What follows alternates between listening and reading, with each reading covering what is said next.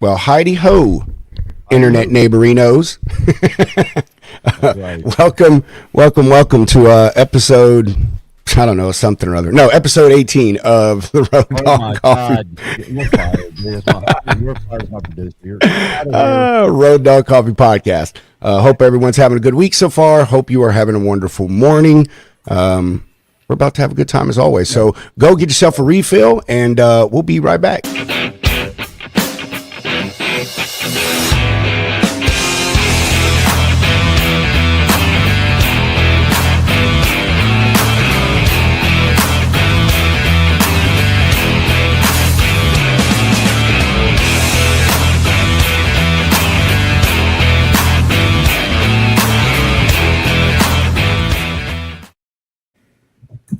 Good morning, ladies and germs. Man, oh man. How y'all doing, guys? Since I was busy, I didn't get to say good morning, Justin. Good morning, Jimmy. Morning, Pedro. Good morning, brother. Justin, your beer's looking as good as ever. Dude, I'm telling you. Yeah, you It's must getting have so watched it. great, too. All these camera appearances I've been doing lately. My wife, that's the first thing my wife texts me every time I show her like some new stupid video I did. She's like, "You're going gray." I'm like, "Hell yes." That's exactly what I'm wanting. Did you wash it this morning? It looks like nice and fresh. Literally got out of the shower like 10 minutes before I hopped on Awesome. camera with you guys. Love it. Man, Adam is looking like a cartel kind of guy today. He does look like what's your boy that just got whacked in Mexico? El Mancho. No, he looks like a strung out undercover DEA agent on his third day of. Bro, look, Not El really Academy. Mencho was my second cousin on my mother's side, twice removed. All right. Oh, that's a good thing. He's on his way to an undisclosed location to find someone who owes him money. That's right. Where Pay your are you bills. going, Adam? That's all I got to say. Pay your freight bills. Nah, I was dropping my kid off at school. I'm headed back to my Oh, office. nice. Speaking of freight, Adam has really been shining, man. He's set up another shipment for me, and he actually put in the largest order in the history of Road Dog Coffee Nice. from one That's single. why I'm the official road dog, baby. I mean, my man really did it right. Just waiting on that campfire mode. Yeah, well, yeah, that one right there. Oh, bro. That's Hey, what let me give you a shout out, dude. Hey, I'm serious, Spencer, man. Like I was so surprised when I got this. Y'all can't really see it that well, but it says it's the same mug he has, and he put my name on it. So and Wow. got me a bag of Smokey and the Bandit, and I made a pot of it, dude. I never ever make pots of coffee, and it's not just because you sent me grounds, because I got a Keurig thing to make just individual cups, but I made a whole pot of that this morning. I'm halfway through it. This is a good coffee, Spencer. Like I honestly like this better than Black Dog. This is my favorite one so far, this Smokey and the Bandit. Yeah. Bro, do me a favor. Do me a favor, Pedro. Take that fucking Keurig and throw that shit in the trash. Wait, man, I've had tons of different coffee makers, bro. Like, so we literally have an espresso machine that we never fucking use, and I don't know what brand it is, but we've had every brand coffee maker you can think of. We got this Keurig because it was on sale, and it does coffee pots and the pod. So I mean, but dude, Yeah, I get what it. do I don't care about brands. I care about saving money. That's what I care about. It's not about the brands, bro. It's about the plastic. You're getting superheated plastic in your drinks. Yep. Let me tell you, if that is the least of my concern of the things that are of the places I'm probably getting plastic or metals from, bro. Do you know Well, we the weren't things I talking inhale about- out in my garage while I'm We doing weren't- projects? We weren't talking about the booger sugar, all right? I mean, Have you guys seen that like solid metal coffee maker that's going all around Twitter? no, I haven't. I need to buy So it. that's actually like something people are concerned about is all the microplastics in coffee. So there's like this effort to over-engineer this like 100% pure metal and glass coffee maker. You can put your reserved for one down there right now. It's not like thousands of dollars. I think they retail for like $400, maybe $500. But All right, hold on. We're gonna, I'm gonna say something real quick. Jimmy is the only other veteran on this show, bro. You worried about any of this shit? No. Bro, if you served in the military, dude, you do not care about these type of things because they just blindly give you shots and tell you it's something. Like you have no idea what.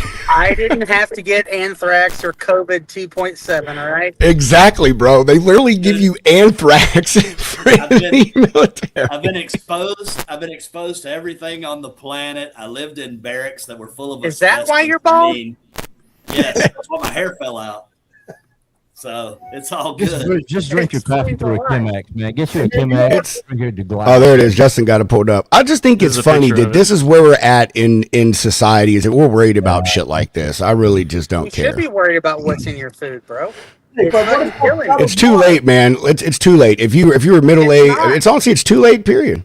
Yeah, come on. Well, you're younger than me. It is not too late. Go, the immediate response I love from obviously this guy's put like his heart and soul into this thing. This is just a prototype, but everybody's like, dude, French press exists. Those like Italian espresso makers, those already exist. So I mean, there's already options out there, but just the fact that a guy in the U.S. is trying to make a made in the USA 100% metal and glass coffee maker, I'm bullish. My God, I'm for it. Hey, I don't see nothing wrong with it. Buy 7 of them. Yeah, get a Chemex. Just get a Chemex is all you need is a Chemex, a pour over. Best way to do it. In glass. I don't know the age range. Or you could be like I don't know Jeff the age range on this show, but there was one time the government said potato chips was going to give us all cancer too. So I'm just saying. They are. All the freaking oils in them that they cook them in are absolutely going to give you cancer. It's proven. Mm-hmm. On the scale of things that I'm worried about killing me, microplastics and metals are way down at the bottom. There are worse things than death, sir. Hey, you know what? I probably have been through all of that, dude. I mean, just in my one leg, I've got like 4 surgeries and it almost got lopped off. So I mean, it's just funny to me how for like I don't know, since not to get all Ted Kaczynski on all of us here, but like since the Industrial Revolution started, it's like every 50 years we have some like new miracle material that everyone's like, oh, this is the greatest thing ever, and then shortly thereafter, they're like, oh, it causes turbo cancer and ends entire bloodlines. You're probably just Teflon. It's really great to keep the eggs off your skillet. Yeah. What about WD-40? Oh, man, I don't even want to know what's in that shit. I don't buy them. I don't buy the excuse that, oh, it's just mineral water, bro. See, there you go, Adam. I'm protected. My wife said I don't have to worry about any of these things because she worries about them for me. I'm welcome. See, there you go. See, Pat, you're the best. Hey, the thing, I joke all the time. Like I was like, babe, you could be slowly poisoning me, and I would never know because I just blindly eat whatever she puts in front of me. I don't ask questions. How much life insurance do you have, Pedro? Enough for her to not have to work, so that's probably not a good thing. Maybe I need to bump them numbers down a little bit, man. That's what I need to do. You should probably check them arsenic levels. Make sure there ain't rat poison in that coffee. Oh, that's funny, bro. Adam and them's got good sunny weather down there. Baby, it's Florida. It's sunny almost every day in this mug. It rains for 30 minutes every day in the spring and summer, and that's it. Yeah, it's pouring down. I mean, it's pouring here in Winston-Salem. It's like, it's raining roads and dogs, man. Dude, I saw that storm that's over you guys this morning. Every morning I check the weather. First thing I do when I log on, check the weather across country. And I saw that y'all got a pretty damn good sized storm covering all of like South Carolina and North Carolina. It's just rain. I mean, it's warm. It's gonna be like 55 today again, but yeah, it's just rain. But I got I think I got some Highways and Heroes. It's either Highways and Heroes or Smokey and the Bandit in the cold brew this morning. It's pretty solid. Yeah. Do you guys? Hold on. Have you done Smokey and the Bandit in cold brew yet, Adam? I don't know. So I'm not sure. So. Oh dang it! I've been doing dad duty lately, so I've been putting the kid in bed at like 8:30. Yeah. And I'll pass out and I'll wake up in the morning and I magically have cold brew. So thanks, wife. Yeah, awesome. Again, I have no idea if there's arsenic in it, but it tastes good. Not for me. Well, what were you getting at, Justin? What were you about to say, brother? So we got yet another 1.5 dumping of snow on us the other day. My parents are down in South Carolina, and they didn't quote unquote lose power, but like the entire area did. My dad's got solar and battery and generator backups. So I was curious how you guys weathered all that. And Georgia didn't get anything off of it. We get a little bit of rain. That's about all we're getting down here. They got hammered in the Northeast. You talking about the storm that's right now over us? No, this was No, the one last week. Justin's in Jersey. Yeah, Justin's in I'm in Jersey. Okay, about to say, did I miss something here? This would have been Sunday night into Monday. We got like 2 foot of snow dumped on us. Yeah. Nah, we got nothing. Yeah, we had. It sucks too because like we just finally melted off the last of the snow that came down like 3 weeks ago. And it's back. Yeah, we're gonna be warm this weekend. We're gonna be 74 on Sunday, and every day next will be like 60s and low 70s and 50s at night here. Yeah, but what's shitty is that Tuesday morning I woke up and it was 22 degrees. Yeah. You know, this morning I get out of bed, it's like 57 degrees, and then by Sunday it's going to be close to 80. So we're all going to be sick. Bro, it was 90 here yesterday. Are you serious, dude? Yes. Wow. Well, that's And it was but in the morning, yesterday morning when I woke up, it was in the low 50s. So it jumped 40 degrees yesterday, dude. I mean, it's nuts, the temperature swings. I mean, but we didn't get no snow and stuff like you guys. But Justin, like I told you the other day, man, no one feels sorry for you and Jeff because you chose that life. Yeah. Yeah. No, I'm not begging for pity over here. Philadelphia. I love New Jersey. It's the greatest thing ever. It is pretty nice. It has its moments. It is a beautiful state. That is something I miss about California. Back when I was driving out of Tracy, California, it could be like 105 at like 1 o'clock in the afternoon, but then as soon as the sun sets, it's like 65 and beautiful. So that's also why they get those insane winds out there too. I'm a little late to the party, boys. Have we talked the trucking news yet? Nope. No. We just been shooting. There has been a shitload this week. News that I love from the State of the Union the other night. Delilah's Law. Have you guys seen that? I saw that. That's dude. Listen, Yes. Old Fuller says we're going to have a super cycle if they actually pass that. I love it. That will destroy capacity, and capacity right now is already tight. Like God bless.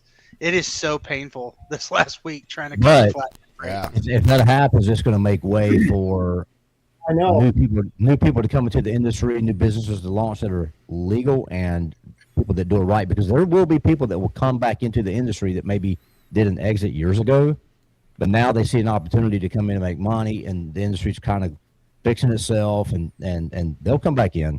They'll come back. My concern is that I've literally been talking with guys on the phone about this all week, where they have an MC from like 2022 that they did one Amazon load with, and they really kind of just let it go dormant. They are getting hounded daily from guys trying to buy their MCs on them. I've seen offers as up if you have a clean MC with all clean inspections and an Amazon Relay account, you can get $30,000-$40,000 for that thing. I was just, after everyone was finished, I was going to say exactly what you said. My concern is that this boom is going to be a repeat of exactly what COVID did and how we're in this situation now, and everything that we have done as an industry, we're going to deal with it all over again. And this, yes, yeah, exactly. So I love it. I'm all for it. But that's the thing, man, where there's opportunity for legal growth, there is much more opportunity for illegal things. Yeah. Absolutely. We're gonna see a return of all those fucking Instagram trucker gurus of pay me $5,000, I'll set you up with a DOT and MC. And, you just run right through my board and the problem is all these bad actors and these criminals, these degenerates that are out here doing this crap. They're always one step ahead, right? So they're already thinking. That super trucker guy over on FreightX, man, he's something else. What a putz! Yeah, that's what I say. Can't stand that guy.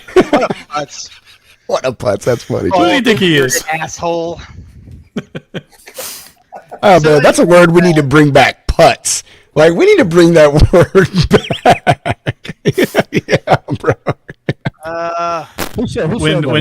When journalists like every time like trucking's in the news and like journalists reach out to me and stuff, it's so funny because they like I'm pseudo anon on Twitter, and it's very easy to find out who I really am, but they don't take that effort to do so, and so they just see my handle and then my tagline is supply chain crisis actor, so they're like, who the fuck is this guy? Is he actually a liberal? Because we don't talk to liberals. It's funny. I will talk to any. This is what drives my wife nuts. She's like, "Why are you always going on like patriot.news.q.rando blah blah all these like right wing news sites?" And I'm like, they're the only ones that will talk to us. I will talk to anybody. Yeah. I've talked to I news outlets everywhere. I messaged him like, "Holy shit, dude! Cernovich shared your stuff." I'm like, "That's impressive." Someone needs to get a hold of Cernovich and tell him to unblock me. He's had me blocked for years, and now that trucking is back in the news, he should probably unblock me because there's lots of shit that we don't really share publicly that he should be aware of. Why But such a fight? What? years ago when like Jordan Peterson was first popping off, Cernovich was like throwing a lot of shade at Peterson, and I am a Peterson respecter, and I made some like snarky comment, and he was just blocking everybody who replied. So it's my own dumb fault. So let's talk about what else is going on. I saw yesterday on the old Waves of Freight that a company right here in my backyard just filed Chapter 11. Yeah. Standard Freight Logistics. Who was it? Standard Freight Logistics. 49 power units, 30 trailers. Well, Chapter 11.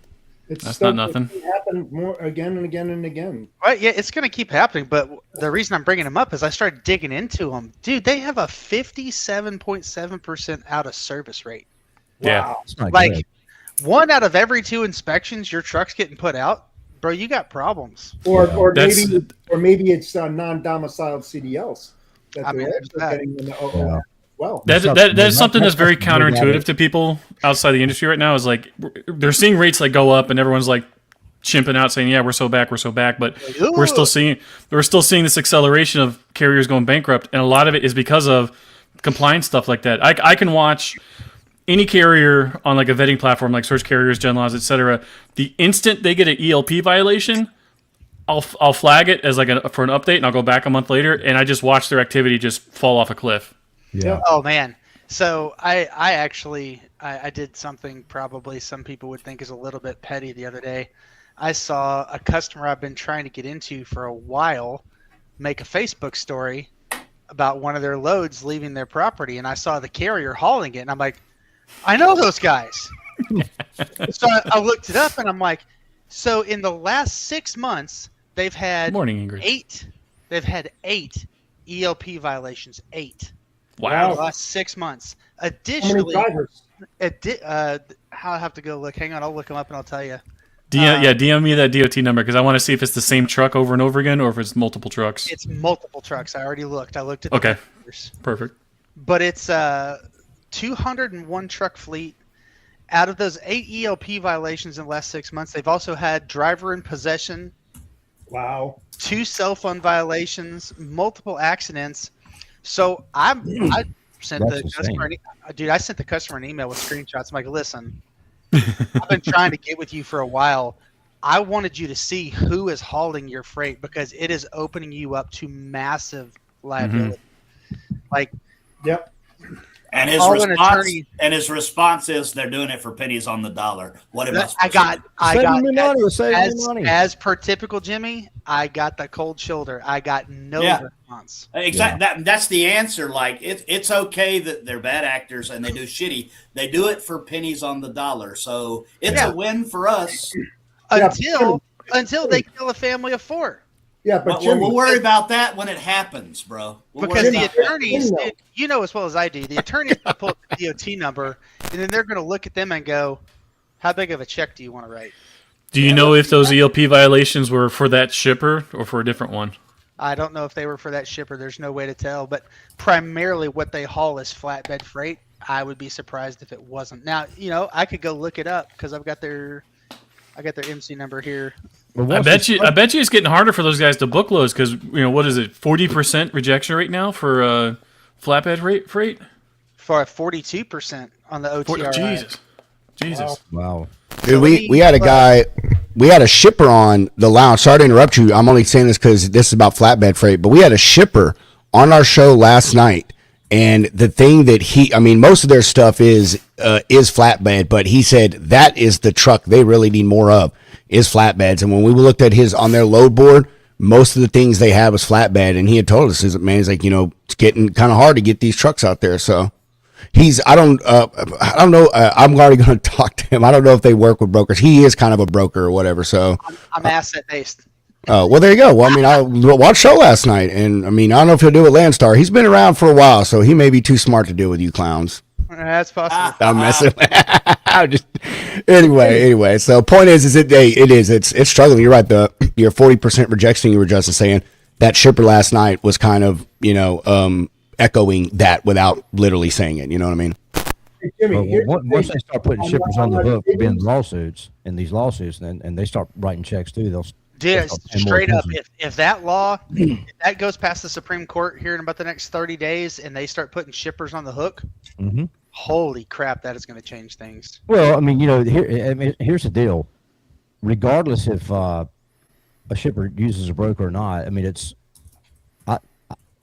the broker's job, obviously, to vet the carriers and all that, right? But it's also the shipper's job to be in the know. Who's hauling the freight? That's what I told the customer. I'm like, look like.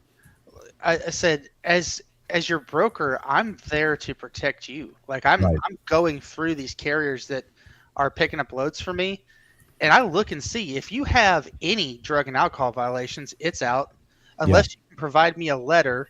If it's been a year back and you can provide me a letter showing where a driver was terminated, I might be willing to give you a chance. But I'm looking even harder if I see something like that. If I see any cell phone violations in the last 6 months to a year, I'm like, no, dude. Like, if you can't control your drivers and tell them to be safe on the roads, I don't want you hauling my freight. So I looked up that carrier. So they have 10 ELP violations for 9 different shippers. They have one shipper where they got popped twice in a row. Wow. Send me the shipper info if you can, because I'd love to know that. Hey, Jimmy, here's the thing on the savings you were talking about before. When you're diving down to the bottom, and I tell the customers too, that $700 savings could be the most expensive decision that you've ever made in your entire life, because that could turn into a $7 million civil suit, or $70 million, or $700 million. Yeah, nuclear verdicts, dude. And that's just it. These shipping managers, they get paid $17, $18, $19 an hour. They don't understand this. They don't understand it. And it's not, it's not me trying to talk down to somebody. I'm legitimately trying to look out for these people because I love what they do. And the worst side to that is, Adam, what if they're a guy who makes bonus / commission off the cost savings for the company? You think he's really thinking about, this could bite my ass in the end? No, he's thinking about, man, my bonus in this quarter is going to be amazing, bro. That's right. And what's even crazier, so if I scroll down all the way down to the bottom, the database only goes back to 2024. And so ELP as an out of service has only been in effect since June this last year. Yeah. They have one from April, March, and February of 2025 and 2024. So they got cited for not being able to speak English, but not placed out of service. So that shows you how bad it was. Nobody was writing tickets for that shit back then. Yeah. And what's crazy is back in 2024 and early 25, before they started getting all the serious violations, I've used them, and they did a good job for me. But then when you start seeing these serious violations come up, then you quit using people.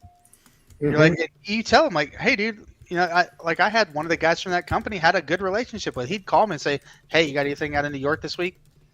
And it got to the point, I'm like, dude, listen, I can't use you anymore. He goes, why? I said, have you looked at your safer scores? I said, you're busted for drugs and alcohol. You're busted for cell phones. You're busted for failing to secure heavy equipment multiple times. Like, you can't haul my flatbed freight, especially not shit that's valued at $500,000. Right. And that's something people don't realize. With getting an ELP violation is also, you have a really high chance of getting other violations on top of it. So just going down the list here. So he got popped for not being able to speak English. He had no logbook, and he was missing lights on the truck. Let's see another one here. That's a recommendation. That's not a requirement. That's driver cannot read, hours of service violation, another hours of service violation. So yeah, just getting an ELP violation isn't like it is a red flag, but it's not the big red flag. But it's when I see, here's one with 7 violations. What we got here? Wasn't wearing a seatbelt. Hours of service. Yeah, it's just they're running sloppy, man. Yeah, it's all the same things. They're running sloppy, and that's, it's just kind of crazy that that's what we're up against. But it's like Jimmy said. Oh, and I post snarky comments all over LinkedIn when I see accidents and bridges hit and stuff like that. I'm like, yeah, but don't worry, he hauled it for $2 a mile. That's right. But it's sad that that's where we're at. Everybody feels like, if you use a broker, you're using a middleman, yes, and the broker's just there to line his pockets and get over. They're not looking at the fact of, no, we're in the backside of this, trying to dig in, do the research to protect everyone involved as best as possible. The good brokers are. Yes. Exactly. You and I both know, for every one of you and me and Pedro and Jeff, that there's 900 other guys in a boiler room that are just booking freight. They don't exactly. care. Yeah. And it's all over. I mean, we can throw out some 3-letter names that we're not going to throw out because we don't want to get sued. But it's just get the freight. Spencer get sued. I'm safe. It's just get the freight. It doesn't matter. Get it at whatever cost. We'll make it move. Pennies on the dollar shit. And this is what we're stuck. Yeah, well, we'll move it at a loss just to keep anybody else from getting the market share. Yeah. Make sure you pick the cheapest carrier you can get. And we'll move it with whoever. I've had quite a few people DM me. Like, every time something in the news pops off, I'll get, like, my notifications in the mornings are a mess because I'll have, like, 20 DMs. And people are telling me they've seen carriers with, like, ELP violations booking oversized and overdimensional, not doing any permits because they can run it for $2 a mile. And I'm like, holy shit. I'll tell you point blank. I had 3 large tanks from Texas going to Mississippi. And I posted on LinkedIn about this because somebody came to me and said, well, $9,000 is the price to beat. I'm like, that might get you your pole car and your police escorts. Yeah. And so, then they come back, oh, these guys screwed us. What can you do? Can you make it happen? And I came back to them and I said, okay, 28.6. I've got the trucks lined up per load. I mean, these fucking things are 16.4 tall loaded. They're a super load. And pay it once, and then you never have to worry about it. You pay cheap, and you're going to be dinged left and right. Dead air goes, and I followed up yesterday. I said, hey, just checking. What's the word on these? We found somebody to move them for $15,000 all in. Well, I'm like, well, rolling the dice. I'm telling you, dude, it's everywhere. Like, I've got another one. It's heavy machinery coming in from overseas, coming into the Port of Virginia. And all of my guys that I reached out to quote it for me are all right in the same area. And the customer's like, oh, we got an option for half of what you're quoting. I'm like, okay. Good luck. Yeah. I mean, that's all you can say. I mean, I just did one coming out of Jacksonville Rail. Jacksonville Rail going. Get out of my city, bro. Hey, calm down, you. Going up to Adairsville, Georgia. And I mean, I know it's Florida. I know prices in Florida freight are weird, but it's also the rail yard, and there are other things involved in the rail yard. So I quoted how I felt. Knew I was going to be a little high, so I quoted at $27.50. My customer comes back and says, "Oh, I got someone who's going to do that for $18." Out of the rail yard, going to Adairsville. So round trip is 826 miles. And I'm like, okay, good luck. What, $270 a mile round trip? $230. Golly. $230 out of the rail yard, and that's her all-in price. So chassis and everything. Chassis splits and everything. Yeah, because they don't have chassis down here at the yard. You have to go to the freaking chassis pools. Yeah, I'm like, so what if on each end? Yeah, I said, good luck to you. That's all I can say. Like, I can probably get the number down a little bit, but to drop it $900, good luck. I had a new customer make me jump through a bunch of hoops and sign an NDA at this last week, and then they wanted me to price lanes for them. And I priced the lanes how I felt they needed to be priced. It's explosives. So priced the lanes how I felt they needed to be priced, and I got an email back yesterday. Well, you're $10,000 higher on our full truckload, and you're $3,000 higher on our LTL. And I'm like, I said, listen, I'm like you. I'm in this to make a living. The rates are what they are. Like, you're not hauling apples. They're fishing. They're fishing. Yeah, and they're doing it and a benchmark Well, I said, the LTL I can probably come down on because I went lower in the routing guide to make sure I had good options, right? Mhm. I said, if you want only the cheapest carrier on your LTL, we can probably do that. There you go, Dale. Until Yep. the shippers stop using price as their KPI. You're 100% right. Yeah, I mean that's a fact. Dale's spot on. Yeah. I saw my buddy from Green Cove Golf Carts ask the question earlier. What's that going to change? What specifically were you curious about changing? We'll see if he comments again. I'm curious to know what he's asking. Yeah, I mean, that'd be a little more specific. But I mean, it's the world we dabble in, and we all hope that when you go with that shit price and a bad carrier, you hope the bad stuff doesn't happen. I don't ever want to see. I don't ever want anybody to get hurt, Right. or anything to happen. But you're like, it's going to happen at some point. Like, it's going to bite. Mm-hmm. Yeah, All the and way. that's a fact. It's going to it. All you gotta do is pull up the news. I mean, it's almost every day. But don't put yourself. Don't put yourself. Justin, I was going to ask you to share the video you shared yesterday on the podcast this morning because it's newsworthy. It's worth talking about. The carrier going the wrong way in Missouri. In Missouri.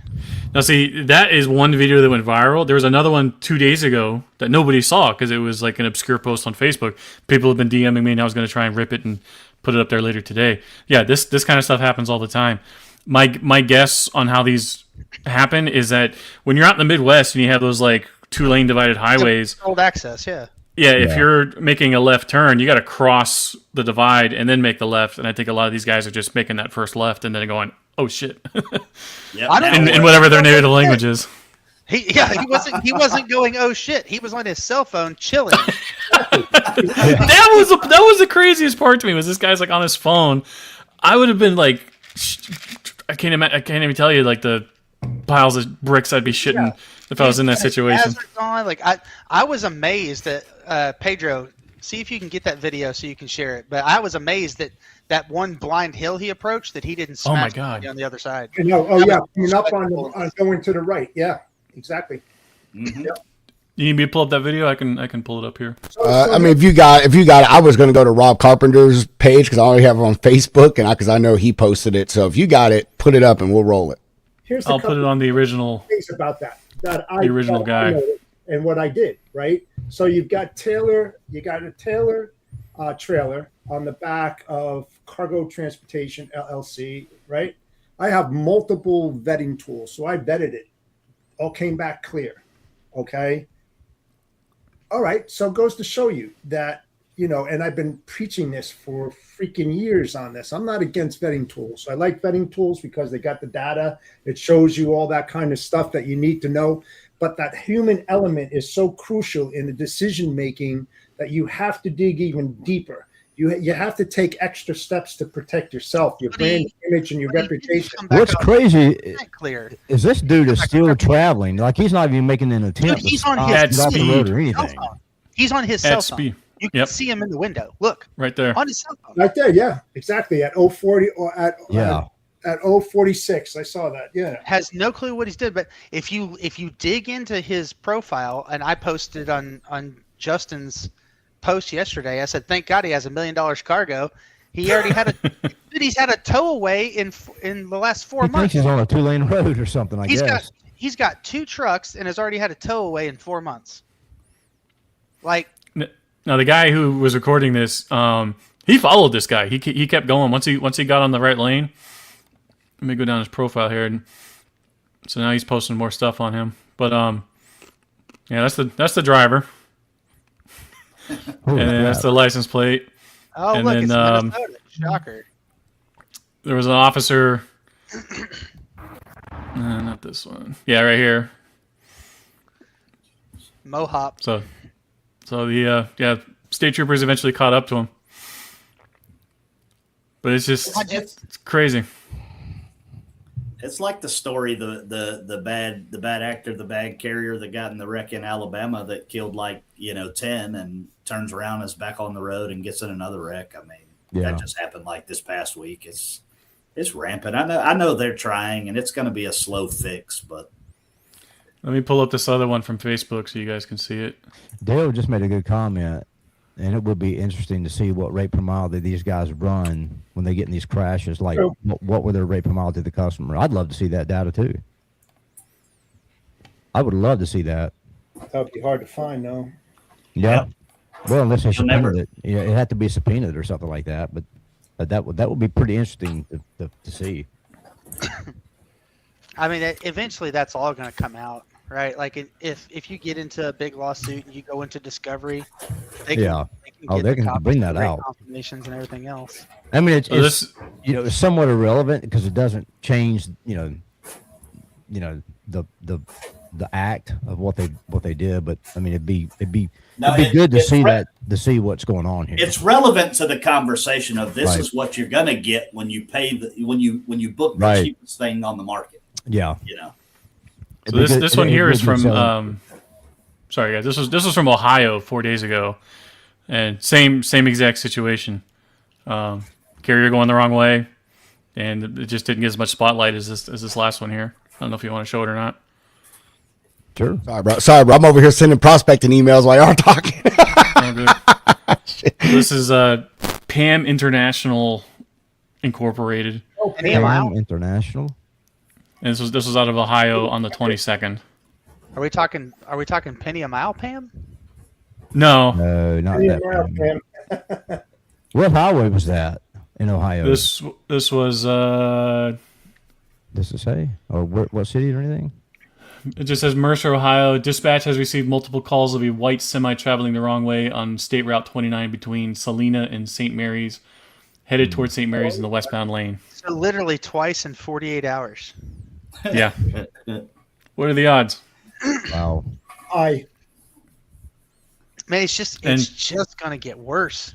And this Pedro, this do you carrier, they're based out of Joliet, Illinois. Their insurance is pending cancellation, and they have an ELP violation from December 5th last year. Pedro, do you have the OTRI index for the flatbeds that I posted yesterday or this morning? No, I don't. I'm over here doing my own thing, bro. I'm just Multitasking. Look, bro, you are the producer, right? that's Content lined up. that's true. That's very true. But I'm also I'll tell you like I tell my wife. I'm not a mind reader, Adam. So no, I would not just randomly have the flatbed OTRI report pulled You up. should have all this lined up, bro. Come on. Jesus Golly. pull it up and I'll put it up on screen. Here's one from 18 minutes ago in Indiana. What? Guy just runs right off the road. Oh, look, he's got an I-7 extra lease trailer. I-70 eastbound closed while they're trying to clean this mess up. Wow. You see You the got car that he hit? the helicopter out there too, so that was bad. Unbelievable. Crazy, dude. Yeah, anytime the There, helicopter's Pedro, landing I on the did highway, like that's that not for you. good.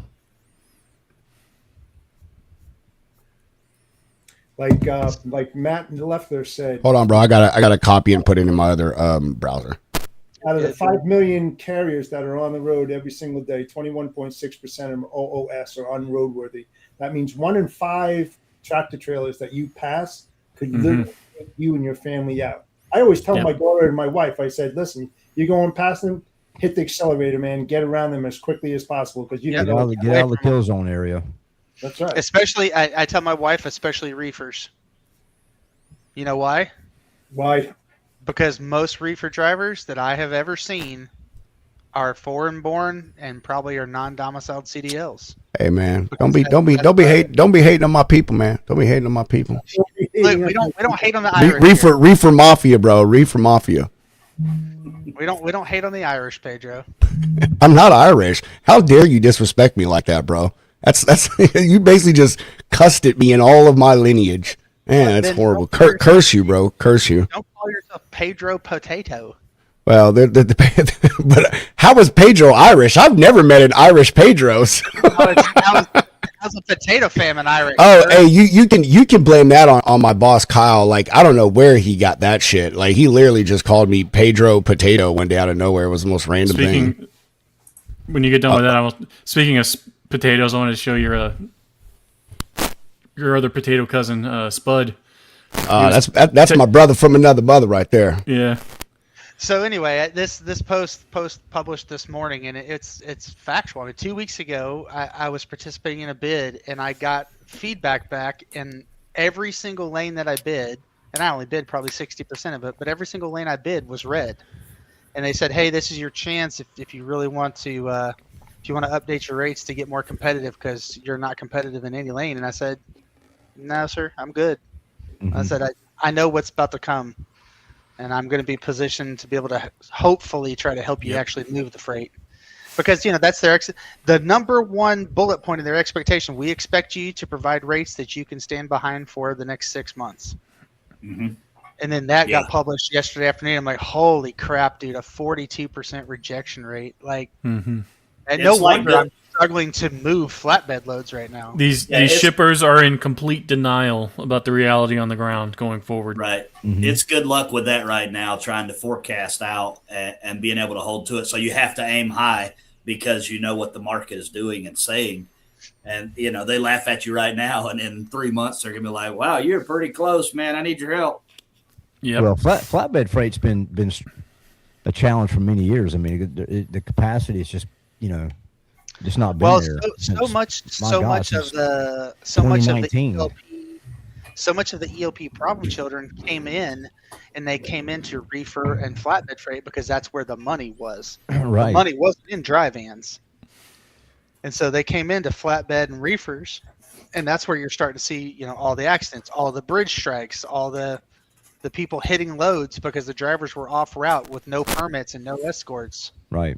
But I will bring a good point as we move back onto this because I keep saying this too, and my wife, she works in the commercial insurance, and she brought it up as well because she deals with it too. Man, is I don't necessarily think that all of these problems are just because someone can't speak fucking English. And I hate to say that to all these people in row. I don't hate to say that. I hate to rile y'all up, but I, as a broker, I have worked with so many drivers intra Texas here that they English is their second language, but they've been the best drivers I've ever had. They're on time. They send me pictures of everything. They don't mess up. Their reefer temps are correct, and because most of it has been reefer and some of it flatbed. But like.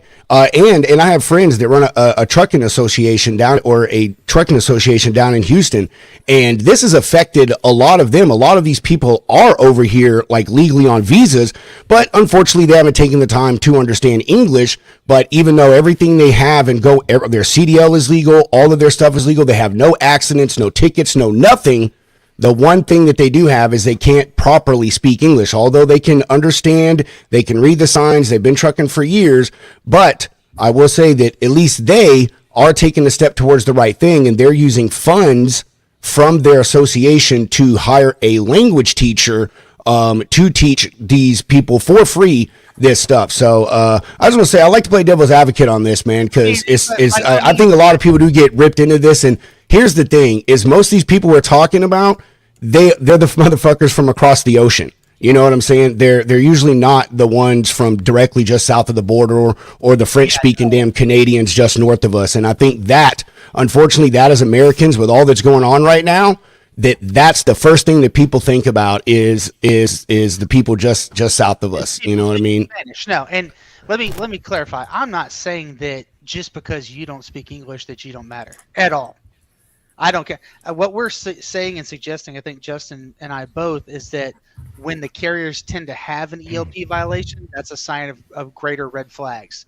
Just because they got busted for ELP doesn't really mean anything. But when you start digging into it, you find the securement violations, you find the cell phone violations, you find bad tires, BLTs. It's not that they shouldn't be here just because. Oh, I'm not saying you're saying that, bro. I'm not saying that. I'm just being devil's advocate and putting out the other part. No, 100%. Yeah. Some of the best drivers I've ever had on my Texas lanes had a translator as their dispatcher, and I'm like, as long as you I don't care. Matter of fact, I have a personal experience, but when I was at night refrigerator, when I got hired there, I got hired with a guy named Mike, who was from Russia. He was 24 years old, and he saved up money for years and years and years, and his dad put him on the visa list or whatever when he was a teenager, knowing it was going to take a while. He came over here legally, and then he got a job, brought his wife over here. He got a CDL, everything. But dude, that guy was one of the best damn drivers ever. And he worked on our truck, bro. We broke down on I-25 in Arizona in the middle of the fucking night. And this guy grabbed my toolbox and fixed our truck on the side of the road. But he was great. And last I knew, he was still driving and stuff, man. But that guy had a hard time, bro. He literally teamed with me because he told me, he said, hey, man, he said, I'm not really used to America roads and how the law and how things work here. So he's like, I really would feel comfortable riding with you. So for like 3 weeks, me and that guy technically teamed, but I never slept with him, slept while he drove by himself and stuff. But he was a good dude, man, did his thing and stuff. So I only just say that I think people are getting wrapped up and pulled into this. And me personally, I think the bigger issue, I just want to end with this, Adam. I think the bigger issue that goes along with this is most of these people, and this is going to get dark, are probably fucking part of some type of immigration or human trafficking shit. And 100%. that's the part that we're not looking into. We're going, oh, they have all these violations and stuff and blah, blah, blah. And then I know that's not the FMCSA's job, but then we stop there. You know what I mean? So I think it's a bigger, deeper, darker problem that we have to solve in this industry, unfortunately. But that's it. I'll leave there. I'm sure there's a ton of indentured servitude going on. And it's 100%. As long as I've said it numerous times out there in LinkedIn land and elsewhere in public and whatnot. As long as you're safe and compliant, I don't care if English is your second language. As long as you can deliver your loads safely and my family's not at risk, I don't care where you're from. Yeah. And I especially don't care if you're coming over to better your life. Bottom line is there's a federal law that's on the books, and if people are following that law, you must read, write, and speak English clearly to do your job if you have a CDL. And because that, I mean, when you have a CDL, you're not just like any other driver on the road, right? You're on the road a lot more. There's more risk. And so bottom line, there's a federal law in place. People need to adhere to that, follow it. And I would love to see data where the majority of the nationality of folks that are creating these issues. Well, I don't think that. Honestly, I don't think. Yeah, probably Middle Eastern, definitely. But I mean, it's just a problem. Period. I agree with Dale. The law was the law, and that's the way it should be. I don't disagree with that at all. I am a strict ass person, and when it comes, I drove for 10 years, man. Safety out there matters to me. I saw people do a lot of dumb things, and my wife can tell you, I never drove tired. I never drove in weather I didn't feel comfortable in. I did not do things that I was supposed to, and I didn't take on things that I didn't feel I was properly trained to deal with. And so I'm a big person. I feel the rules are the rules, the law are the law. I think the only thing is that unfortunately, like a lot of stuff, we go into things with a blind eye or with this massive net, and we scoop in all these people, and then we're like, holy shit, what do we do with the ones that kind of skirt, kind of don't skirt? Here's this, here's that. Maybe they're not totally guilty, maybe they're not. And when it gets to a point that it's so much to deal with, we're just like, you're all guilty. And then here's another problem that we have really bad in this industry is we give no one a road to fix it. And an example of us only doing that is with the SAP thing. I'm a person that I agree, hey, man, dude, maybe you went on vacation with your wife, bro, to Jamaica, and you smoked a little, crazy grass. You know what I mean? You came back, they drug tested you. I don't think that means you should be taken off the road forever. And I only use that to say that with all this ELP stuff, all of these, the fraud, the theft, everything, like if someone gets caught in this and you do wrong, to an extent, let's talk like maybe Class B misdemeanor level, okay? You know what I mean? There should be a road to you fixing it or us allowing a carrier to continue doing business if they are following a plan to start abiding by the rules and can prove it. I 100% agree with that. I do. It's this government oversight is your problem because government is not proactive. Reactive.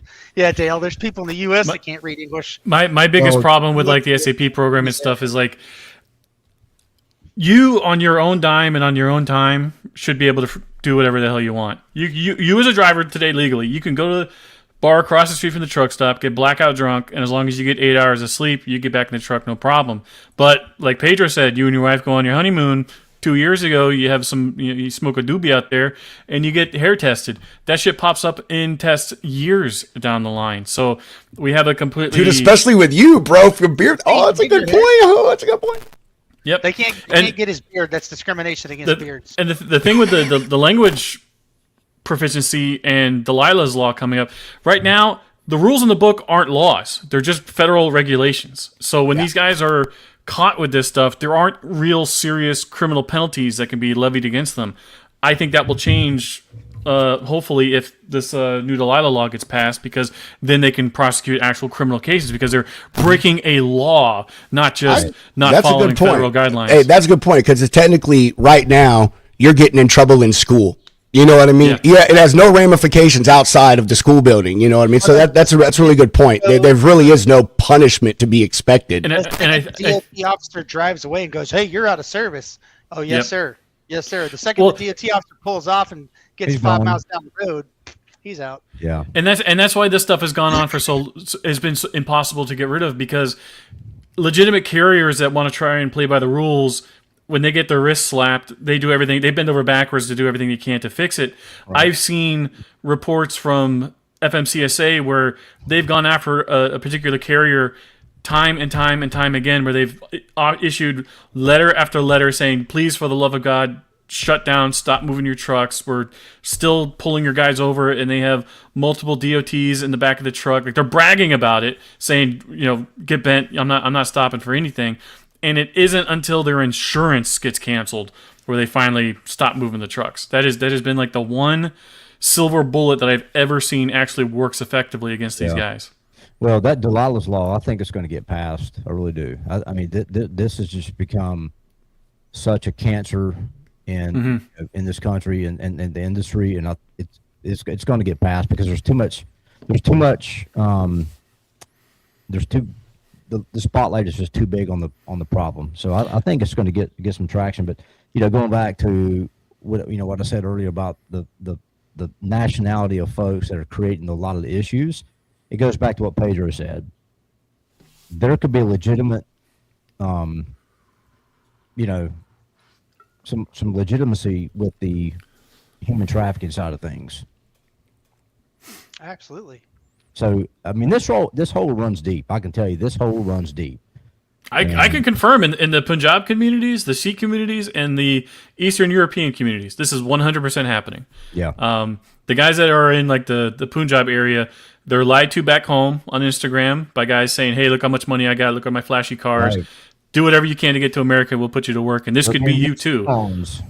And then the Eastern European side, it's a little more insidious because they involve their families with that too. Guys will come into Chicago, bring their wife and kids with them. The company will put them up in an apartment complex somewhere, and then that guy gets put in a truck. Dude. And maybe for the first week, everything sounds legit, but then you get orders saying, "Hey, we need you to do X, Y, and Z." And the guy's like, "I don't feel comfortable doing that." And it's like, "Well, we're going to break your wife's legs if you don't do it." Hey, so I'm glad you said exactly what you said, because I wanted to touch on this, is there is also, something that's not getting talked about a lot too, is that, Hunter and I learned this in Chicago. We went to that thing we went to, Justin, you were there with us, dude. Yep. We talked to those guys, man. There are carriers there that some of these folks came over during the 90s and stuff. Someone from like Bosnia, Moldova, survivors of the Balkan Wars, all this thing, but they came over here, and ironically, they did exactly what Justin did, or Justin said, but they did it and everyone benefited from it. Like, they brought their family over here, and all these people have jobs. This one guy owns a truck company with several hundred trucks, a successful brokerage, all kinds of other things. And they're mad because he's like, now we're being targeted by FMCSA, DOT. He's like, my trucks, he's like, we have a great safety record, but because when they look it up and they see my last name on this DOT number, they're pulling all of my trucks in and my guys are getting inspected. He's like, and it's just a waste of their time thing right now. You know what I mean? But that was another thing, man. Like, a lot of these folks, and even in the Punjab community, same thing. A lot of these people came over here a long time ago and are doing things the right way, and now people aren't doing business with them, no matter what their thing said, just because simple thing of the last name. And funny enough, we all know there are last names in this industry where you're like, dude, that's a fucking double broker. You know what I mean? It's the SANs and the YANs and all that. So it's a crazy thing, man. You know what they're not doing? They're not ratting those guys out. They're not. I said the same thing, dude. I agree with you, man. Yes, I agree. Be stepping up the most to scream as loud as they can scream. You would say so. Stop. If there's a really famous case from Coke and Pepsi years ago where an executive from Pepsi was approached by this woman who worked at Coca-Cola, and she says, "Hey, I got my hands on the secret formula. Do you want it?" And you know what Pepsi did? They immediately called Coca-Cola and they said, "Get this fucking lady out of our office." We don't see that in trucking right now. We don't see. If I was a federal prosecutor, so JD Vance is going to be the head of this new fraud division going after everything, trucking, big daycares, all this shit. Here's what I would do if I was these guys. I would take the top 10 operators in all of these communities, and I would set them at a table, and I would say, I have 3 get out of jail immunity cards on the table. The first 3 who come forward with everything you guys know will grant you immunity on everything. Everyone else, we are throwing the entire fucking weight of the federal government at you. And I guarantee you, none of them will take that offer. That one guy commented and said confiscating the tractors also works. I talked to Derek Barge about that in person, and I asked him, I said, why aren't you guys just confiscating the tractors? And he said, we don't have the room to do it. They don't have the authority, and they don't have the room. So what's awesome, so I've been talking with Marcus Coleman, the father of Delilah, who got hit, and this could not have happened to a more perfect and tragic family, because Marcus is a former driver. He knows the industry pretty well, and to their credit, lawmakers have been rolling out the red carpet, promising him whatever you want, just tell us what you need and we'll get it done. So he's got this entire list of demands. Everything that's in the law right now, it's 1 out of 100 things that he's asking for. That includes DOT getting their own enforcement division, so guys with guns and badges who can actually go after these trucks. He's suggesting anyone that gets an ELP violation, they hold the truck and they don't let it go unless they pay a $10,000 fine. The next time they lose their authority, and it's a $30,000 fine. Marcus knows exactly where to hit these guys where it hurts. He's getting them a ticket and getting them out of service does absolutely nothing. If the truck has a load on it and it's impounded and they got to pay to get it back, that's when things start hurting. If you take the truck, why don't we put ESL classes out there for these people to take though? There is so some of the carriers in Chicago, they've been offering that. This woman I talk to all the time, she's a dispatcher for a carrier out in Chicago, and she's like, we have 200 drivers, 28 of them are non-domicile, 18 of them don't speak English, and she's like, I paid out of pocket to put those guys in an ESL class, and two of them took it. The rest of them just quit. And I will push back against bars on the whole we don't have the authority thing. Bullshit. Everything that you write in here about what a driver can do to get disqualified, the penalties involved, it's all written in here. You can pass a new regulation tomorrow and say, if you do X, Y, and Z, this is what's going to happen to you. I do not buy the argument that, we don't have the authority to do X, Y, and Z. Horse shit. Get off my soapbox. Your camera was so happy with what you said that it started shedding tears. Yeah. See your face for a second. I can't stand the lack of spine in these. They're all fucking bureaucrats. I hate using language. No, they're bureaucrats. They're bureaucrats. It's not a lack of spine. It's who pays me more. Yeah. True. You look at the map of Washington, D.C. The American Trucking Association and the FMCSA are literally across the street from each other, and there is a ton of overlap between those two organizations. Bars right now. I will stand up for Bars, being that he's from St. Johns County, Florida, and I've looked back on his record. I truly believe that he wants to get there. He's trying to get there so that he can do it the right way. I believe that too, but it's everybody working there underneath him. So when that memo came out about this AI suite of software that they were going to launch to go after chameleon carriers, that caused a huge meltdown inside there, because they're like, we weren't planning on really doing this. This was just an internal thing. So we're like, what the fuck are we doing here, guys? What? Yeah, it's so frustrating. Why would you spend all that money and then you're not going to do it? It's all of these organizations are jobs programs. if your leadership at FMCSA, working there for your tenure is a springboard into a cushy job on an advisory board or a hedge fund or a think tank somewhere else. If you're mid-level or low-level working there, you're just there until you retire. It's the same revolving door that you see everywhere else in Washington, D.C. Bullshit, every other department. Yeah, and the people who actually like take the job seriously, to Barr's defense, like they don't have the authority to do anything about it. They pass the rules or regulations to do X, Y, and Z, and then it's up to the people on the ground via law enforcement, guys at CVSA or whatever that have to interpret. Okay, this is what they tell us the rules are, and we got to figure out how we're going to actually implement it. Mm-hmm. Well, the rule is just a guideline. I mean, it's just a guideline, you know. Yeah. It's like an umpire calling balls and strikes. One guy sees it way different than the other guy, and there's no check and balance in it whatsoever. There's no hard line. This is bad. This is good. There's no hard line, and it's not going to get there until the Justin Martins of the world are the ones lining the pockets of the politician to get it there. You know, That's what too you're true. saying is what you're saying. we don't is have we the need to money to enforce change what because you're we're not the saying ones up is there we need to lining the go pockets. fund me for Justin to go to Washington. Is what you're saying. You're going to have a big ass GoFundMe, bro. They will shut you down. Yep. I will not. I'm not going to sit here and say I'm Republican, I'm Democrat, I'm independent, whatever. I typically vote for whoever I feel like I most align with. But I believe every politician who gets in the game gets in with good intentions. But then you get there and there's money everywhere.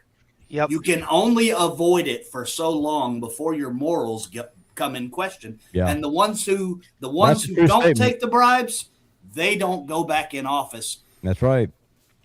Or they Light get- bulb. What we've been arguing for in what we've been trying to push for is like a small federal task force full of turbo autists that just want to find all these guys and get them shut down. That's literally like our entire motivation here.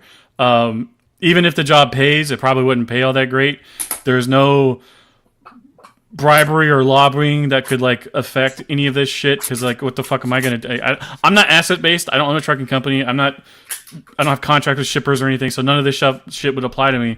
But either the people that are inside are just completely burnt out and unmotivated, and I think that's a big problem with FMCSA. They just do not have the amount of people required. I know they just did a huge headcount cut last year over there, so I mean those guys are struggling. I really do feel bad for them.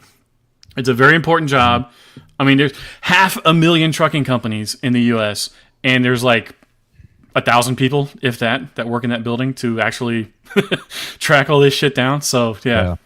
It's a thankless job. They need to go outside and get contracted people, contractors, contracted companies to kind of help, monitor some of this stuff. Set up some kind of program where you can be an authorized auditor for FMCSA, and they give you a list of DOTs to go check out in your area, and all you got to do is show up in person, knock on the door. Oh, no answer. Okay, we flagged that one for a further review. Simple shit like that. You find. So last week, you can start a 501c3 called the Bearded Mafia and offer your services. I started an LLC this year called Shady Freight, and that's one of the services I would love to offer. Yeah. I went on a road trip last week with this guy Adam Coleman to Northeast Philadelphia. All I did was pick 5 addresses at random. I didn't flag them ahead of time. I was just like, that's a cluster, that's a cluster. Oh, this guy has 470 trucks. Let's go check out these addresses. And it's the most shady shit you've ever seen in your life. Yeah. Well, there's no changing it from our pulpit. Unfortunately, all we can do is keep squawking and hope to get somewhere. I mean, granted, I said it on a previous show with you guys. What's going on now is really it's an overreaction to try to show we're doing something. I agree with a lot of the comments and the people are posting.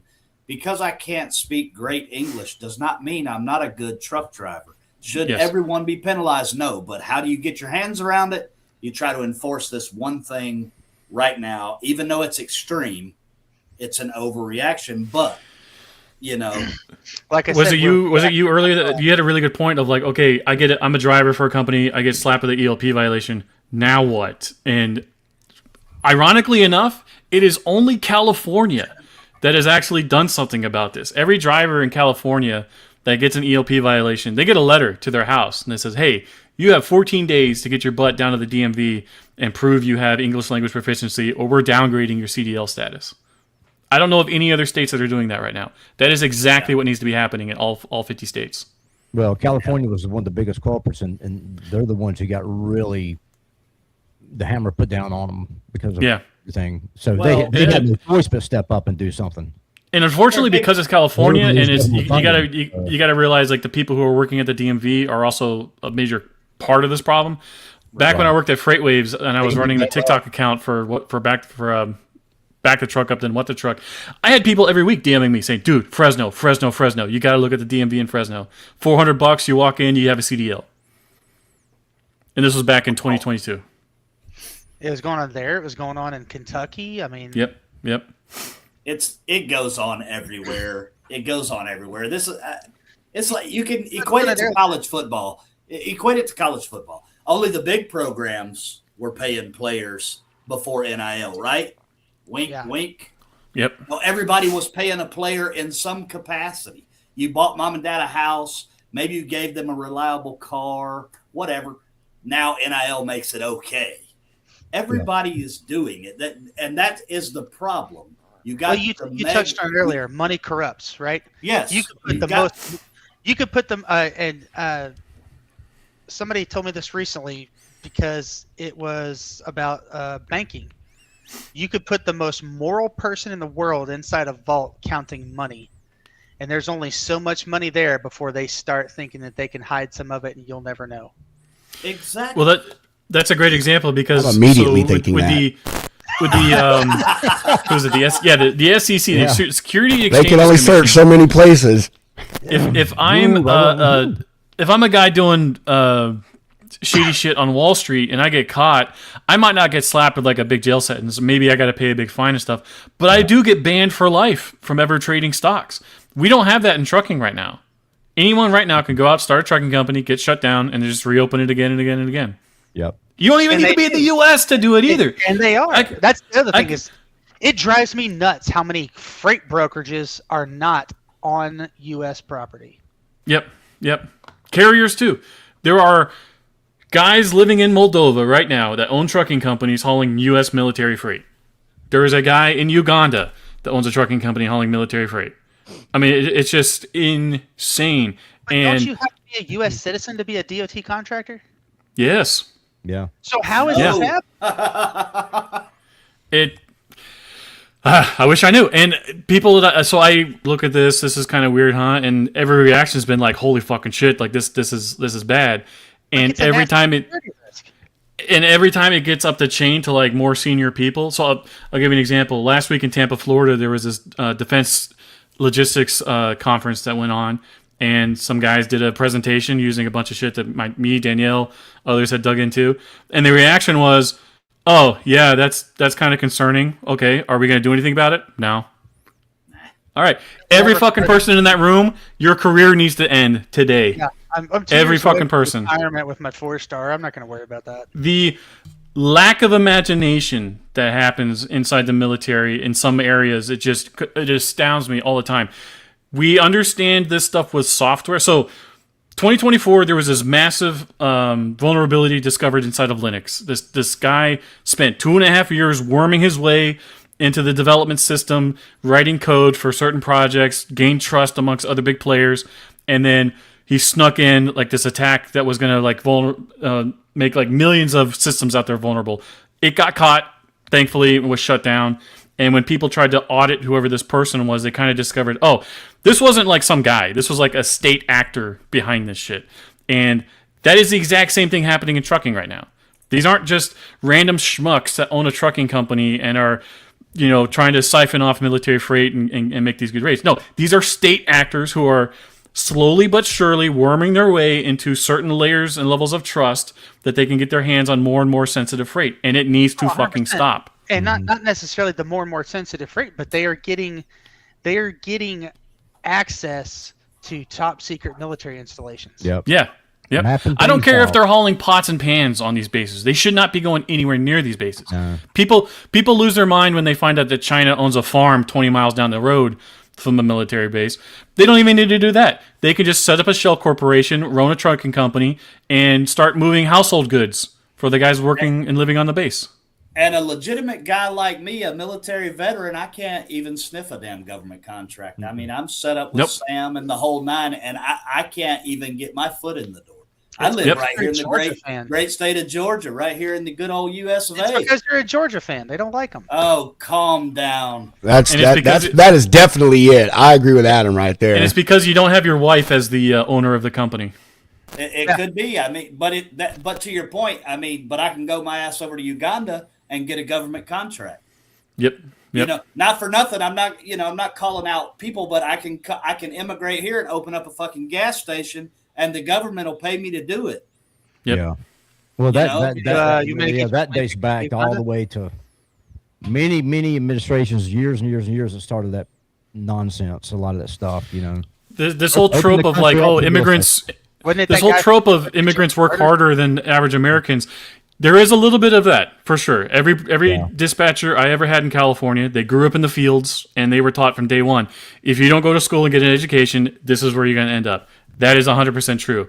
On the flip side of that, there are entire networks available to people that are not U.S. citizens to allow them to start a business, get loans, hire employees, etc., bend and break the rules, and that is just completely unavailable to normal, regular U.S. citizens. And then people wonder why, young kids don't feel emboldened to start businesses or take risks or, do something. Exactly. I mean, it's sad to say it that way, but it's just so true. Yeah, you're preached to your parents tell you can be anything you want to be, and you really can, but the system isn't set up for you just to go get it either. Yep. You got to figure that out on your own. I mean, we can just break it down to the most basic thing.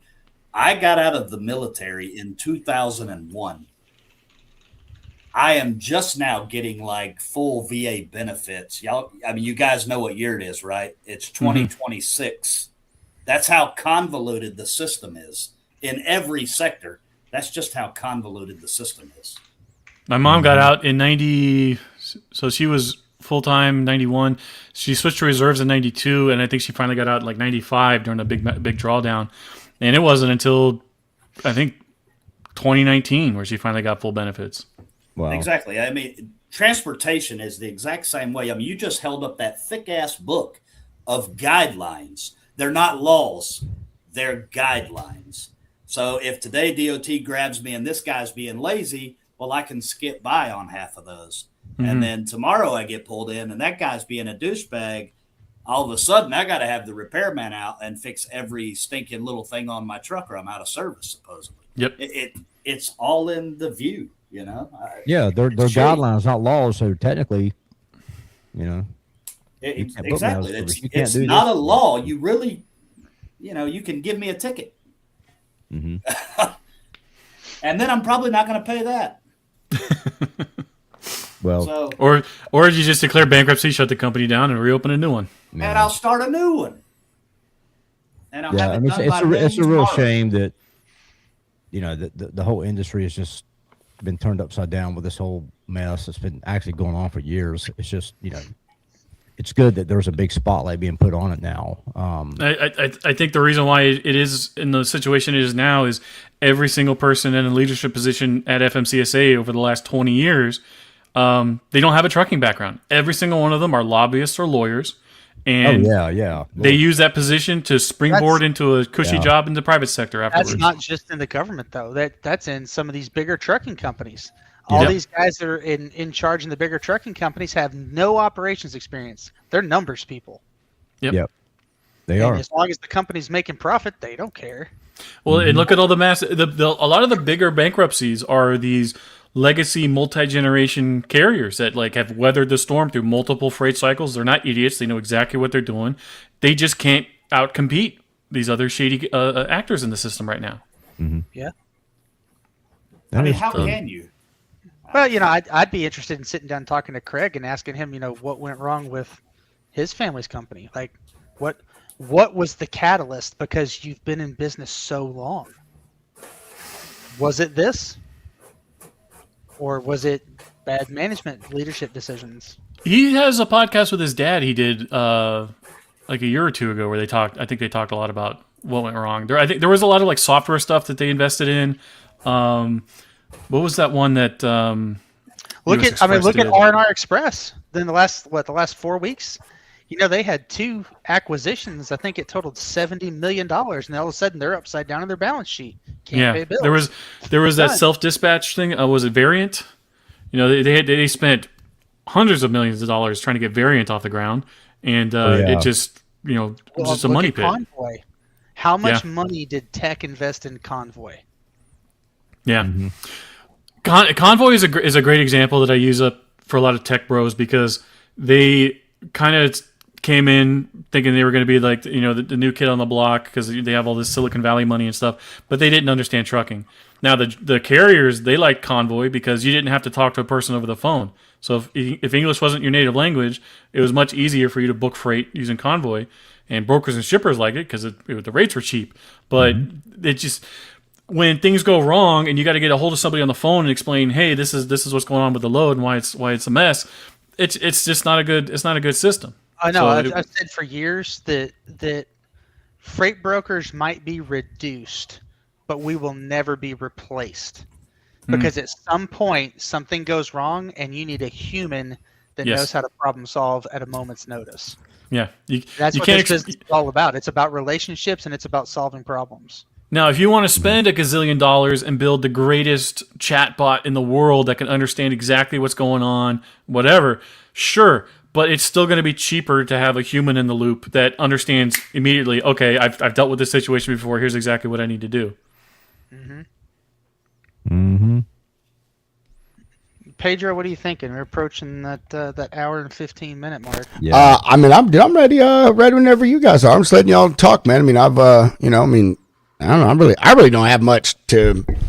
I would say I really don't have much to add. I mean, I say, we've said enough of it on the lounge, and I mean, not that it's beating a dead horse. I'm saying, I've just said what I think of, and just go back to what I said earlier, and also to say bring Justin's big point that I feel is the largest point of this is until there's an actual punishment, like I don't really think it's going to change because again, it's like getting in trouble in school. You get kicked out of one college or whatever. Well, I'll just go apply to the community college down the street and work my way back up to the university or whatever. You know what I'm saying? Instead of you're expelled from the entire university district or whatever, and you're getting, some type of huge fine, jail time, blah, blah, blah. So I think that's where we're going to need. It has to go. I feel like we're going in the right direction. Y'all's last point about, they're not, have been someone in these positions within the FMCSA DOT that have ever actually been drivers or been around stuff. Strongly agree with that. That is rampant across fucking politics, period. You have people running departments that they don't know lickety split about. So I do think that is. I would point to the last administration for that for sure. That had the FMCSA DOT. I agree with that. That dude was, I don't understand, but there's probably 18 more administrations before that we could say the same 100%. Fucking thing. You know what I mean?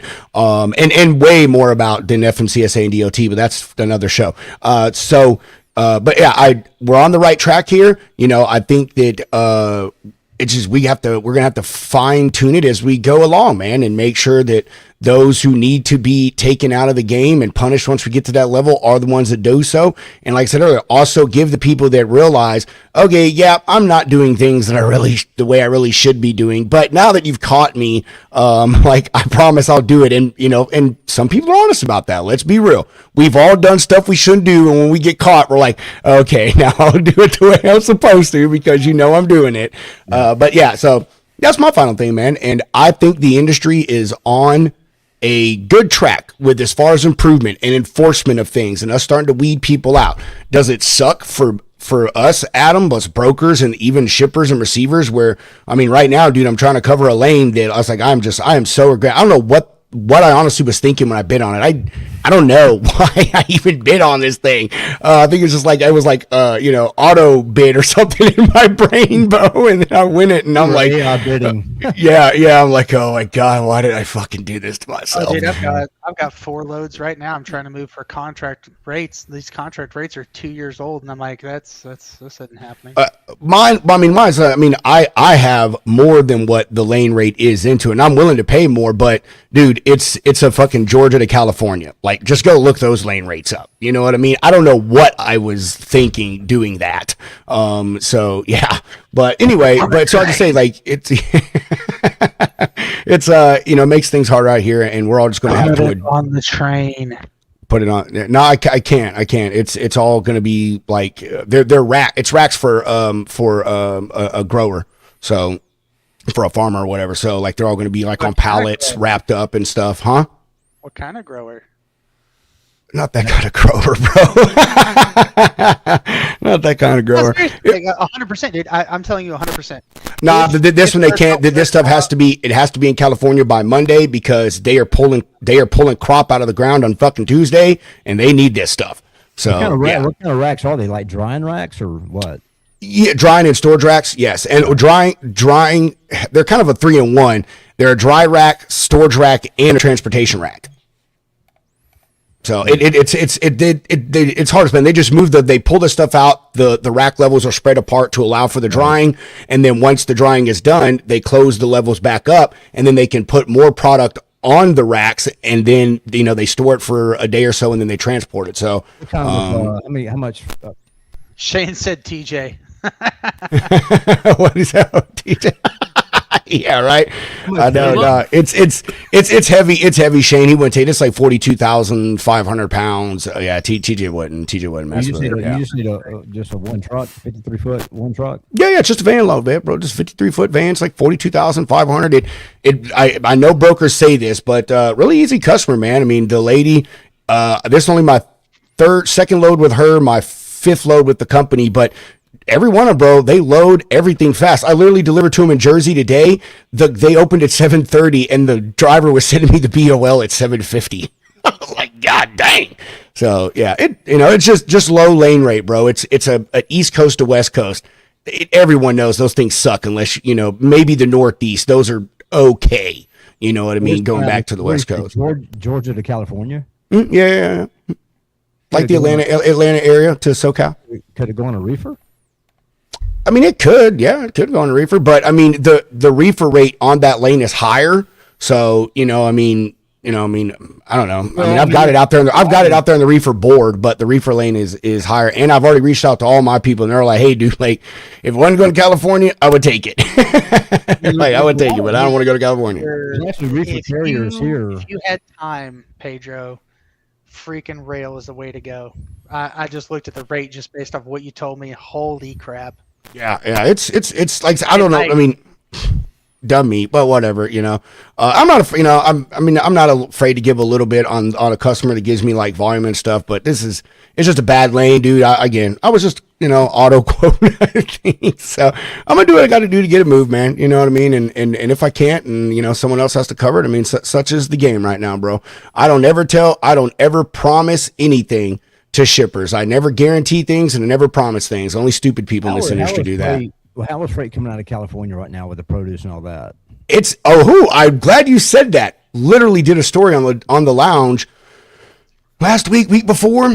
They are actually struggling or worried this year with produce transportation because of the topic that we had on this show today, with the EOP stuff and dude, and the ice stuff, dude. All these people are smart when it comes to these things. They know where what's the word I'm looking for? Like congregations, that's not the word. Concentrations of these drivers that they could catch are at certain instances. And SoCal during fucking produce season, and Florida, same thing. So there was actually a story, I want to say it was Overdrive, could have been Freight Waves, that reported on this, that like they're worried because a lot of their carriers are not answering them. They're saying, hey, we're not going to be in that area this year. And so, yeah, the capacity there is super tight. There's actually or expected to be super tight. Sorry. I mean, there's reefer carriers here in North Carolina a guy that, I hadn't talked to him in years, but he owns a company here that's just 45 minutes up the road, if that. And they're a reefer hauler, but they haul like freight. You've heard of the shirt maker Van Heusen.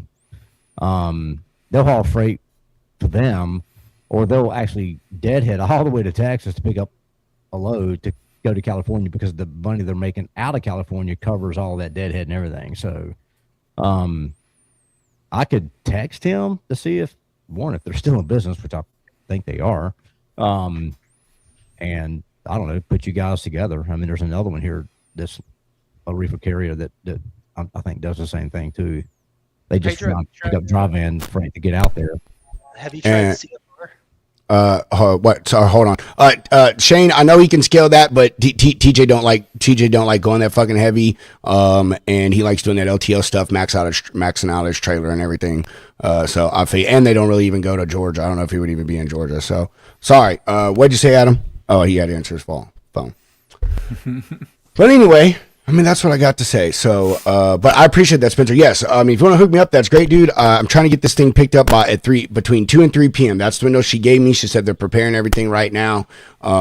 So yeah, I'm trying, dude. You know what I mean? Hey, you win some, you lose some. I just don't want to disappoint this lady, because I've done 3, 4, I think. Yes, 3. I got one good. The second one, I technically failed, even though the guy got rejected at the receiver and had to take half a truckload back from Kentucky or back from Tennessee all the way back to Minnesota. So yeah, I don't want to fail this one. I don't want to fail this again, dude. I hate to fail 2 loads in a row on someone. That's no good. Tried CFR? No, yeah, I have tried. No, I haven't tried CFR. I was like, wait a minute, what? No, I have not tried CFR yet, man. Honestly, dude, I have not had good luck on that. I've had tons of people reply and stuff, man, but I don't know. I never have good luck on the. People post that freaking comment when I'm out there asking for somebody recommending somebody on LinkedIn. Have you tried CFR? You stupid. Yeah, dude. My thing is, when I see that too, and I bet other people have this problem. I don't know. Maybe they don't. And this isn't me trying to pump my chest, but I know everyone here understands this, but I have so many fucking connections on LinkedIn and talk to so many people on there that do so many different things. If I had it all on a Rolodex, bro, it'd probably be this long and this high, and it's like, how do you go through all of that? You know what I mean? And okay, who do I know that owns a dry van that could scale 48,000 pounds that runs from Wyoming to Mexico? You know what I'm saying? It's like, so yeah. That's what I love about Freight LinkedIn versus Tech Pro LinkedIn or other LinkedIn. Most of the guys who connect on LinkedIn outside of Freight, it's just someplace where either they're C-suite and they just want to brag about shit they're doing, or it's people begging and scrounging for a job. But Freight LinkedIn, it's like what you're saying. I need a guy who can cover X, Y, and Z. Boom, he's right there in my list of people. And it's just hard to go through that list of people sometimes, man.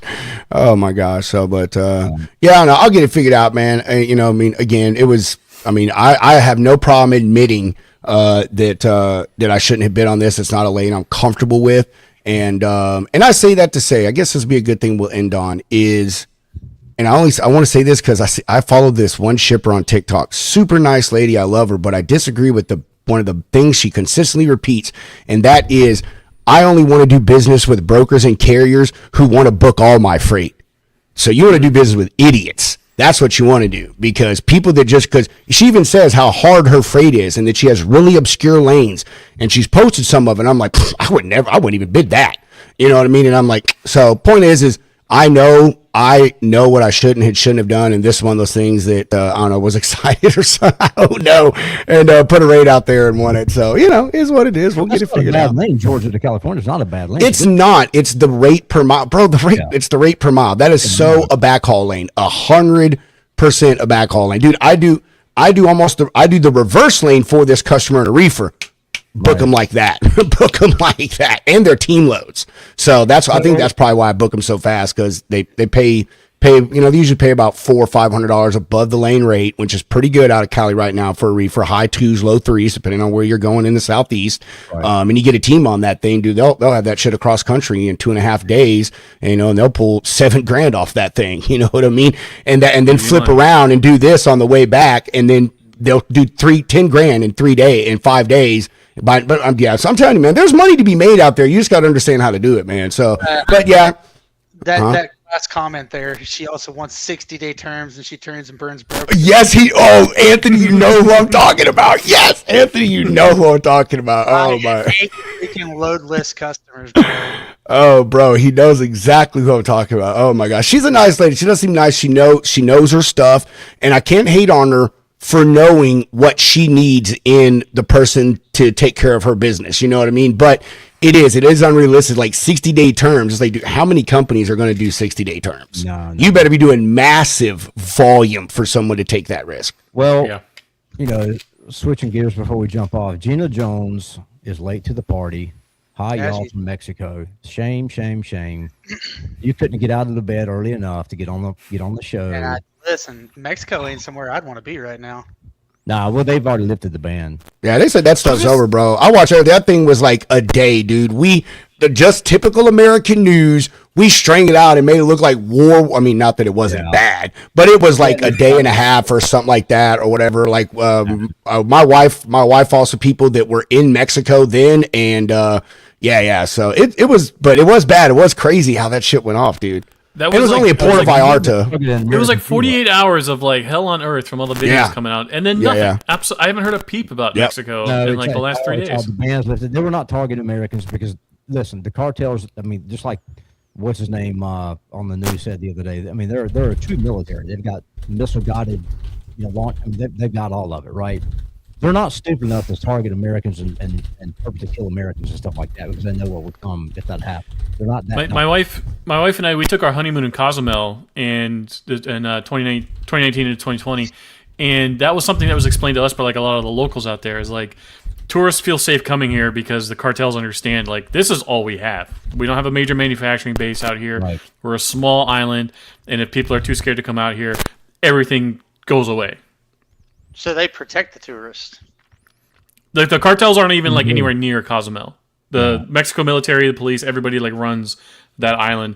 But like all the other tourist hotspots on the mainland, that was always like the assumption of like, okay, we have our shady business dealings that we got to take care of like further inland, but to keep like the wheels running on like the Mexico economy, we have to kind of like not touch those areas, and that's why everybody was panicking with that news out of Mexico the other day because it was like, oh shit, the tourist hotspots are, seeing some cartel violence right now. What the hell's going on? And then it all disappeared. Yeah, those are just isolated events. I mean, that's just what, Pedro? Just pissed off. I see you. Hey, I was going to interrupt. I was going to say, Adam, I want you to run this for me and make sure I'm talking to an actual driver, but never mind, bro. Oh, yeah, Kyle is not letting that happen. No, it's not Kyle. It's not Kyle. Well, Gina, you guys have fun in Mexico. Enjoy your vacation. Justin, check your LinkedIn. I'm responding. All right, you guys ready? I mean, I've been working this whole time, but I'm sure everybody's got stuff to do. And honestly, I could use this fucking screen right now. I need this. I need to dive in and pay attention, get some stuff done. Yeah. So, what you got? Final thoughts, Mr. J Mart. We are so back, and we're soon to reach levels of so back once thought impossible. You were just so back that you've ever seen in history, right? Yeah. Now, if Delilah Law gets passed, and it looks like it has a good shot of actually doing so, all kinds of shit's gonna break. So strap in. Yeah. Shippers, you got to stop. Get your heads out of your asses. You guys are in complete denial about the reality of the market right now. The mega carriers are always going to have their influx of new drivers coming in, but all these like small, medium, shitty carriers you've relied on for cheap rates for the last 4 or 5 years, those are going away. They're getting snapped off. Yeah, they're out of business. The ELP is snatching people up. The non-domiciled CDL is snatching people off the market. Like we are losing capacity at a rate faster than I think we've ever seen before. Yeah, totally. It's the largest removal of drivers from the network. Yep. So that's the next year is going to really tell us whether capacity can come back in to recorrect rates versus how fast it bleeds out. I don't think it will because there were so many bankruptcies. So many guys got their trucks repoed and they filed bankruptcy and they can't go get a truck again. Not just on the carrier side, but the driver side too. We've had over 7,000 trucking schools get shut down in the last few months through Duffy. You can pick up some tractors and trailers pretty cheap right now on lots. Their lots are full of capacity. Yep. So might be if you've got some cash and you know what you're doing. Please might don't be a good time buy trucks. Please don't just go.